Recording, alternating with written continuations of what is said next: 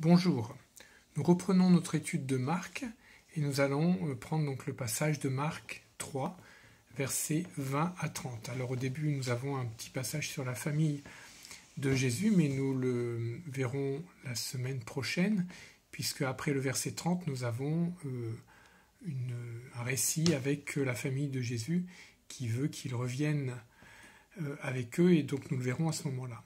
Là, nous allons nous appesantir, si je peux dire ça comme ça, sur ce dont il est parlé, c'est-à-dire qu'on reproche à Jésus de chasser les démons avec, non pas le Saint-Esprit, mais avec le diable, avec Belzébuth.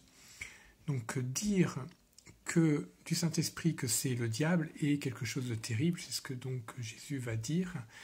Je dirais aussi, et peut-être que c'est ce dont on a parlé ce soir, dire que ce qui est du diable et du Saint-Esprit est aussi terrible, et encore ne pas discerner le diable dans certaines choses est vraiment un piège, et ne pas discerner le Saint-Esprit dans certaines choses est vraiment très dommage.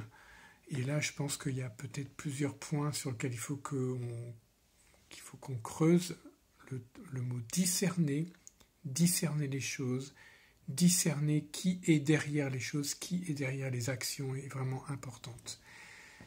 En tout cas là, Jésus dit attention de bien discerner quand c'est une action du Saint-Esprit. Et Jésus, en tout cas, est plus fort que Belzébuth, est plus fort que le diable, c'est quelque chose que nous avons à retenir. Par contre, il est noté donc le fait que ce péché ne sera jamais pardonné, c'est-à-dire de dire que quelque chose est du diable alors que c'est du Saint-Esprit. Il faudrait mettre en parallèle les passages d'Hébreux 6, versets 4 à 6, et Luc 12, versets 8 à 12, où il est aussi question de ces choses-là, et on voit que c'est quand on s'oppose à l'évidence au témoignage du Saint-Esprit, qu'on refuse la vérité révélée, qu'on a une attitude déterminée de rejet, et on peut voir par exemple la façon dont Pharaon a réagi, dont Saül, le roi d'Israël, a réagi, pour montrer, pour comprendre un petit peu plus ce que ça signifie, ce péché qui n'est pas pardonné.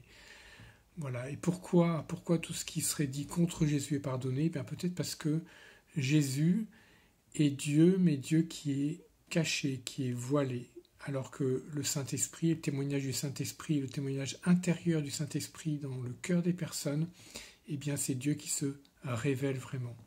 Peut-être est-ce cela.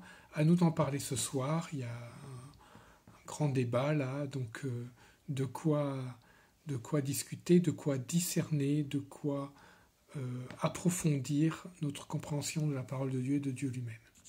Voilà, que Dieu vous bénisse, bonne soirée, à bientôt.